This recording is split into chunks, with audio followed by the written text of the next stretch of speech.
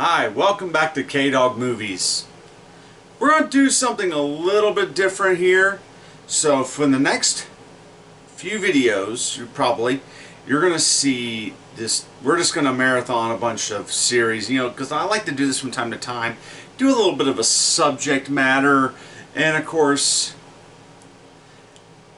we're in the middle of summer right now. You hear my air conditioner running. It's been running non-stop all day today. Because it's been 92 degrees. And I just begin to think, what happens around this time? Well, a lot of the movie theaters, what they used to do were these summer movie camps. Most particularly, there was a theater chain that did this quite regularly, and it was one of the bigger chains here in the United States. That went defunct by 2002 because of just some poor business decisions and dwindling audiences, so that they decided to shut their doors, and eventually they were taken over by AMC theaters. That would be the theater chain General Cinema. And as I'll flash up here, just a couple of trailers here. Eventually AMC decided to continue what General Cinema started. They thought it was a good idea. Now the thing was, with these summer movie camps, it was mostly aimed towards kids. I'm a big kid at heart. However, I like to shake things up a little bit and just toss caution to the wind and say, well, it's no longer just about kids, it's about us adult kids, so we want adult things. So grown-ups, so we're going to start off this particular video with this in the summer movie camp by celebrating not only these summer movie camps, but also celebrating a film that came out 50 years ago this weekend. In case you haven't wondered, well, I'm wearing the t-shirt. It is Jaws. This is the 50th, officially the 50th anniversary of the movie Jaws. And what better way to kick off the summer movie camp with a summer movie that defined what the summer blockbuster was. So, I'll get into it after the film, so I do want you to check it out. I will place a word of caution because I wore this shirt today to practice with my worship team at my local church, and one of our co-worship leaders, her young son was with her, and he saw me wearing this shirt. He goes, "I can't see that movie yet. Dad said it's too scary," and I'm like, it is pretty scary. So, but, however, if those of you that are of, I'm going to say, of PG-13 age, do join us and watch Jaws for the first time, because you will not be hopefully you will not be disappointed, because you can't look at the old stuff and go, oh, that's old. Look at it for what it is. It's good quality stuff. So, from 1975, directed by Steven Spielberg, with the cast of Roy Scheider, Robert Shaw, Richard Dreyfuss, from Universal Pictures, it's Jaws. So, that was Jaws from 1975. Roy Scheider, Richard Dreyfuss, Robert Shaw. Also with Lorraine Gary. Was it Gary or Gray? Yeah, Gary. Lorraine Gary. As playing Chief Brody's wife. I always mix up her name if it was Gary or Gray, but it's Gary. I of course have the 45th anniversary Blu-ray edition, but the nice thing about it is the digital codes that you cash in when you update. When you buy Blu-rays and you use the digital code, and it goes to Movies Anywhere and all that stuff. So, for the 50th anniversary edition, it's the same exact thing as this, except for one added feature, which is a new documentary to commemorate the 50th anniversary. which I was able to watch because of the digital codes I redeemed from this. So, like, anytime that there's a new commemorative edition, they are generous enough to put those new features, and so you don't have to buy the movie again, unless you really want to. But this is the first time that it came out on Ultra 4K HD for the 45th anniversary. Quite frankly, I stopped doing that with Jaws because I've owned it on DVD, I owned it on Blu-ray, and now I own it on Ultra 4K HD. So I just, I'm to the point now where I'm going to stop. Jaws, okay, so the film changed movie history in many, many ways. This was the first film to be called the summer blockbuster.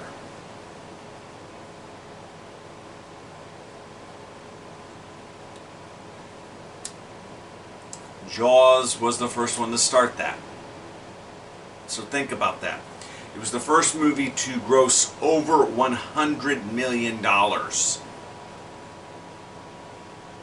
a matter of fact, at the time, they took full-page ads out by week when showing the shark devouring all these titles. Whether it was The Sound of Music, whether it was The Godfather, all these big hit movies that were the big hits of the time, until eventually Jaws became the highest grossing movie of all time in 1975. Until a little film called Star Wars. Now, this Jaws was the sign of things to come. How Hollywood would change, and it was the first movie where merchandising was really put into play. See, as you can see here, I'm wearing a Jaws t-shirt here in 2025. Why? Because of the popularity of this film. Still works today. They still use this model today. Matter of fact, it's pretty much a standard now. Or it was, until streaming came along and now is destroying movie theaters. So, and you got to understand that, like, back in 1975, there was no such thing as home video. Matter of fact, it took a while for a film to come onto television. And so people went to the theater to see it again and again and again and again. It was the first summer blockbuster. And Universal really took advantage of that. Matter of fact, one of the ads, like one of the newspaper ads, had said, one of the taglines said, going swimming, see Jaws first. Because it played upon the scary elements of the film. Now, I just watched it, and I think it still holds up. I myself don't find the film I don't find it that frightening as a movie. But, you know, if you were in the middle of water, in the middle of nowhere, shark-infested waters, those two notes that were composed by John Williams would be the most terrifying sound that you would ever want to hear. And just how the film narrowly escaped, at the time, the R rating. The film was only rated PG, but it's 1975 PG. If this film came out today, it would probably be PG-13. And PG-13 horror is now a standard. I mean, look what they've done with the Megan series. That's, you know, a robotic doll that's killing people, and you know, the PG-13 style of scary movie is, you know, kind of been popularity for like the past 20 years, ever since The Ring and those types of films, you know, where they put the PG-13 rating on it. Because with Jaws, it was more along the lines that the less you saw the monster, the more scary it was. I mean, because, you know, that first opening scene with the two swimmers going out and the girl being eaten, you don't see the shark. You're just seeing this woman being pulled from right to left on screen, and she's screaming bloody murder. I don't want to say that films like this need to be continuously made, because it kind of doesn't work now. If you were to make this film today, it doesn't work, because Jaws set the standard. And as a matter of fact, Universal kind of burned out Jaws in its initial run, and you know, the original 1975 film was a huge hit, and then I think 78 was followed by Jaws 2, and Spielberg was so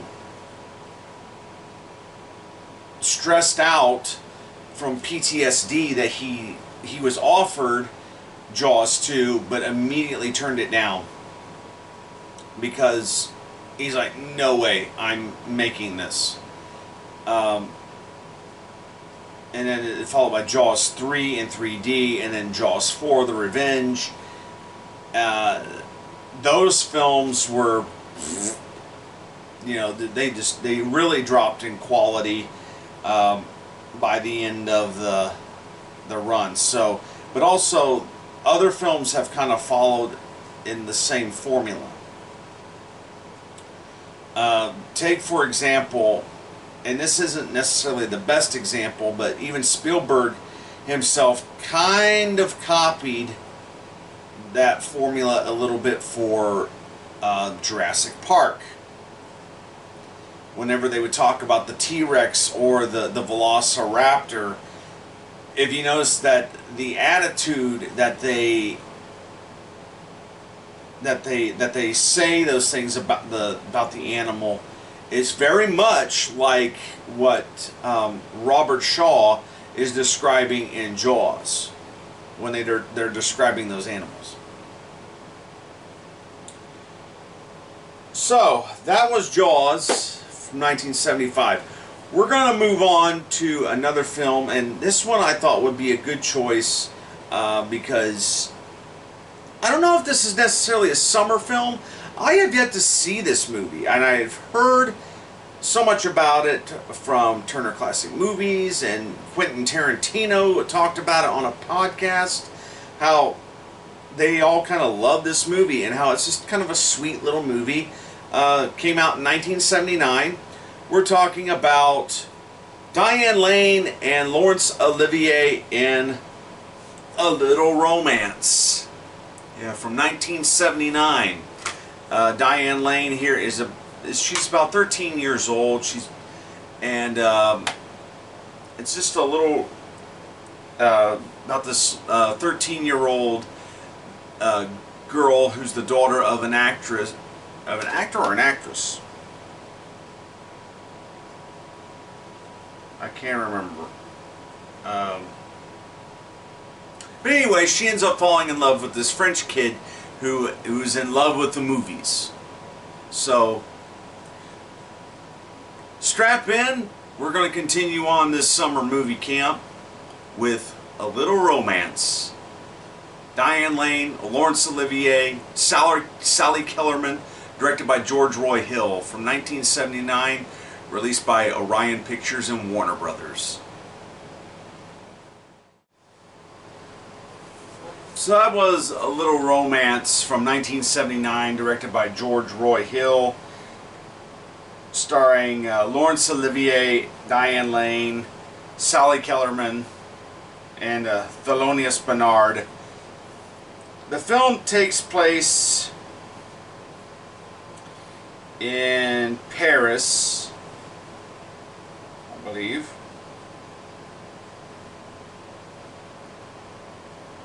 But anyway, the whole point of the film is that these two 13-year-old kids meet each other, they fall in love, and they team up with a pickpocket played by Laurence Olivier, Julius, and because they know that in order for them to get into Venice, they can't cross in between the different countries without an adult. So they're able to bribe him, who is constantly being a pickpocket and stealing his way across the countryside, getting from one place to the other, because they're on their way to Venice, to the Bridge of Sighs. And at sunset, when the bells toll, they cross underneath that bridge just as the bells toll, so that Lauren and Danielle will seal their love forever. It's just a sweet little romantic comedy. At the time it came out, it was kind of, I don't want to say it was mixed, but there were some people that liked it, and then there were some people that thought, this is a little too saccharine for me. Just to show you, Siskel and Ebert was split on this movie. Gene Siskel liked it, Roger Ebert didn't. So it's just a sweet little movie that showing the cute little romance between these two 13-year-old kids. And of course, the downside was that a lot of the critics that didn't like this film, they criticized Laurence Olivier's character for being too much of a buffoon and kind of more slapsticky, when they felt that he should have been. It's not. They didn't feel that it was to his characteristics as an actor, and it's just a sweet little romantic comedy. It's occasionally it gets played on Turner Classic Movies, but it's not been one that's been regularly thought of, on a regular basis. So I think with that, I'm just going to call it for an evening. We'll be back. I'll be back with the next film. So here I am again. This is the AMC 12, Classic 12, here in good old Marion, Indiana. Going to check out F1. This will be a part of our summer movie camp. Of course, that's part of it. Go to the movies, So we're going to go in. I'm going to get my snacks, and I'm going to sit down and watch the new Brad Pitt film, F1. Okay, so F1 the movie. I'm back home, back in my living room, and so I want to talk to you about it. So, okay, this film is It's the latest Brad Pitt movie, directed by Joseph Kosinski. Um, Also starring Damien Idris, Javier Bardem, and Kerry Condon. Uh, this is a it reunites the team who was involved with Top Gun Maverick. It's Jerry Bruckheimer Productions, and of course this is a typical. This movie was pretty much a typical Jerry Bruckheimer movie. I mean, it was literally Top Gun, Days of Thunder type of story rolled into centered around Formula One racing. So you have the character of Sonny Hayes, played by Brad Pitt, who is this older, who should have retired out of automobile racing, but he's this old guy. He's just, but he loves to race, and so he's raced NASCAR, he's raced IndyCar, he's raced all these different types of car, all these different types of racing, but especially IndyCar, but he's never really raced Formula One. And so he's asked to participate by an old rival of his, played by Javier Bardem, to be a part of this racing team in Formula One. And there's this young driver by the name of Joshua Pierce who's on the same team, and they really want to push Joshua to be the next big thing. But Sonny is the one who really wants to be the big champion.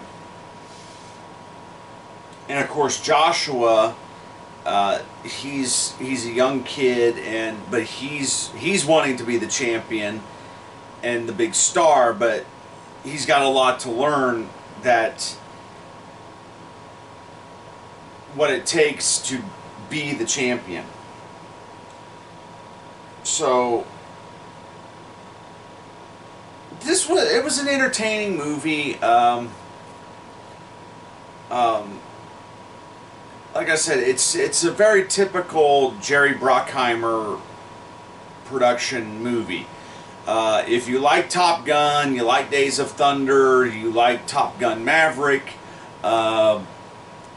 Gone in 60 Seconds, those types of movies, which Jerry Bruckheimer has been behind all those titles, you're gonna love this, because it's right along those lines.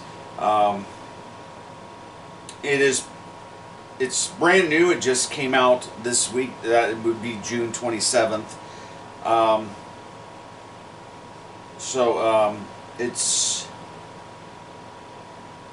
It's got an interesting story to it, and of course you want to see the good guys win.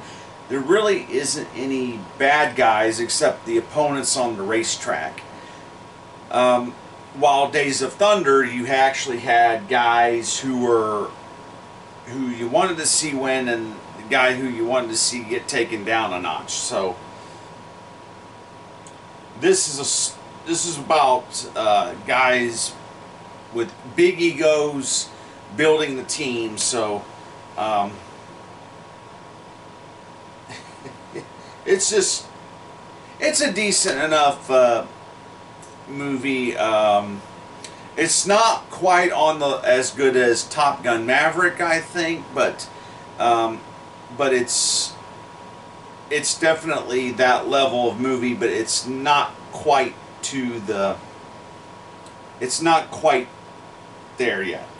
So but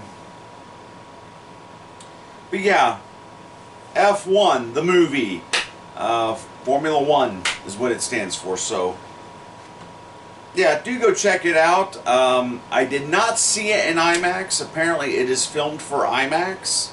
So yeah, if you feel like paying the extra bucks to go see it in IMAX, but I just saw it at my regular AMC Classic, where there is just none of that premium stuff. So let's move on to the next film. Alright, campers, it's time for the next movie. We're going to go back in time about 31 years to a little film that introduced a lot of people to the movies, and so the biggest star in this film was really not a big star per se, but he ended up being fairly well known as a comedy star, and amongst other things. And as well, this film also featured the dude's parents.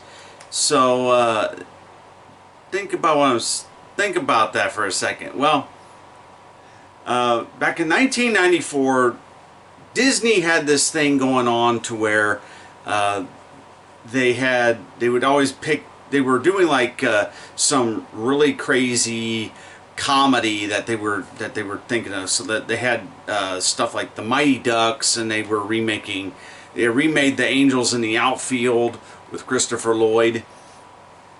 And so they also did a film.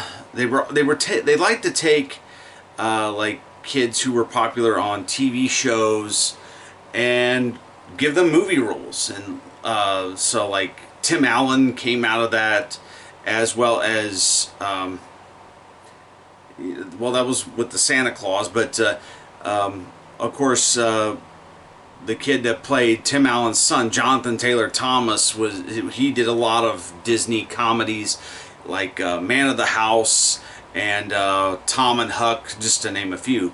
Well, this one, it came out in 1994, and it was riding on the coattails of the Mighty Ducks, because it had one of the child stars who was in the Mighty Ducks was in this film as well.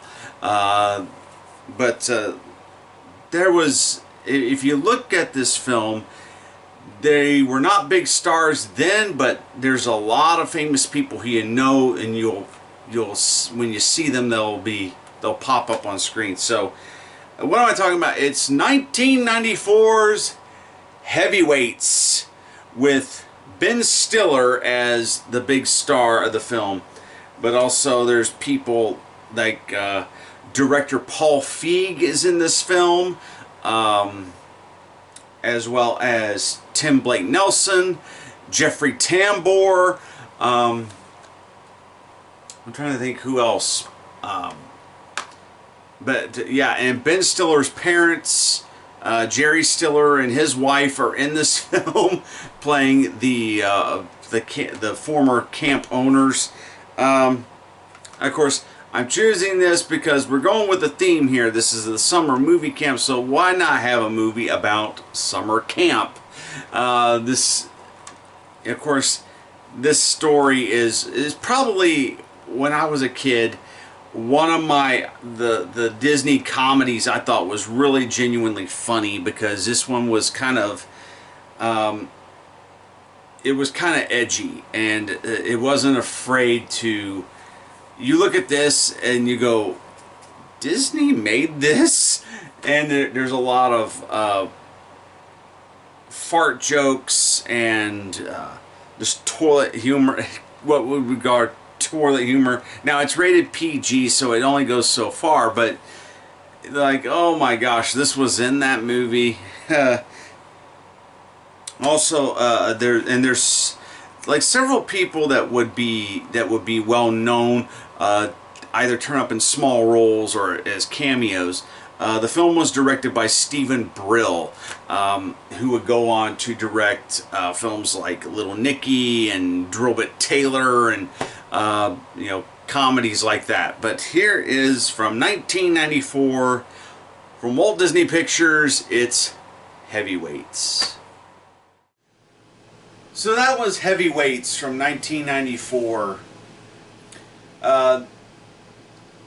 I first came to Heavyweights a couple years after it had been released. I mostly saw it on video.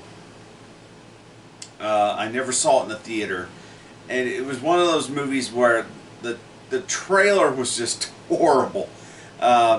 It was like the most disgusting thing that you could ever see. But then when you actually watch the movie, it's very, very funny.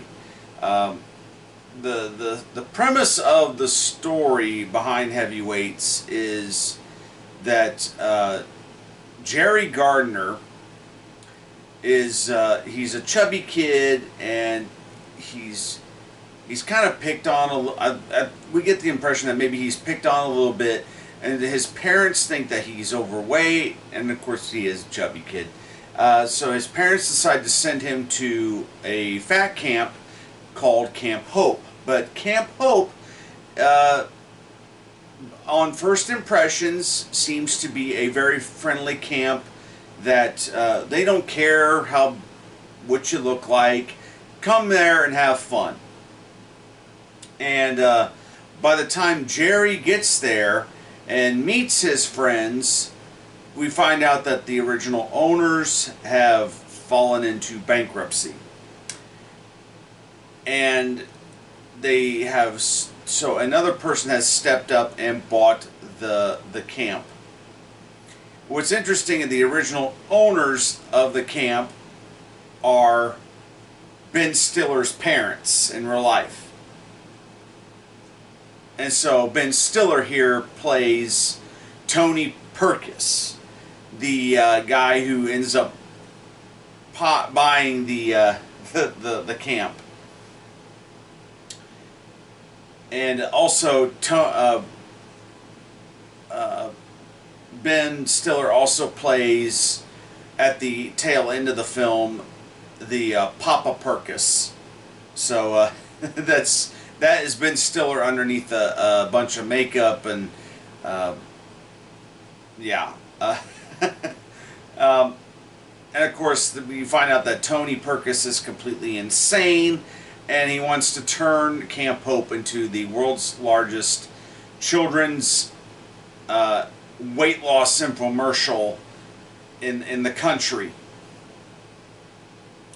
And it's just Ben Stiller in this film is over the top, to say the least. I would also say that this film, and as many other people have said it, that when he played Tony Perkis, that was kind of a precursor to White Goodman, from his character from Dodgeball. Just that in Heavyweights he had to hold back a little bit in terms of being some of the things that he would say, because in Dodgeball some of the lets a little bit of language fly. But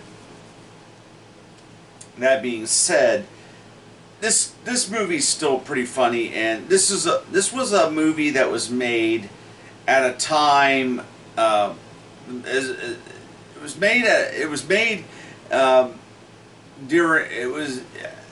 this was 1994. Okay, so a lot of people who were trying to get started in the film business are in this film.